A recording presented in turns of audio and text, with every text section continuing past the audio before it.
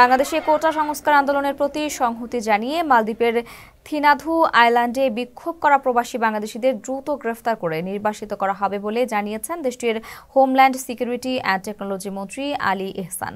বুধবার মালদ্বীপের স্বরাষ্ট্র মন্ত্রণালয়ের বরাত দিয়ে স্থানীয় গণমাধ্যম মিহারু এ তথ্য জানিয়েছে।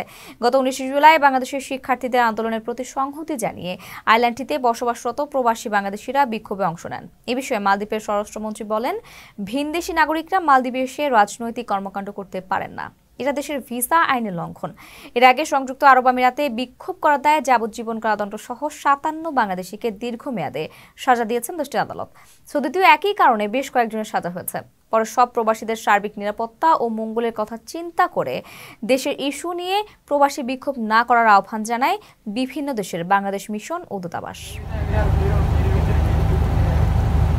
কারো কাছে স্বপ্ন পূরণ, কারো আনন্দের উপলক্ষ, আবার কারো জীবন পাল্টে দেওয়ার মুহূর্ত, কখনো জীবন বাঁচাতে সর্বোচ্চ গতিতে উড়ে চলা, কারো আবেগের শেষ মুহূর্ত, আপনজনের শেষ বিদায়ে শামিল হওয়া, এমন সব ইচ্ছে পূরণে সর্বনিম্ন ভাড়ায় দ্রুতগতির বাহন প্রবাসীর হেলিকপ্টার। আপনার প্রয়োজনে যোগাযোগ করুন আমাদের হটলাইনে।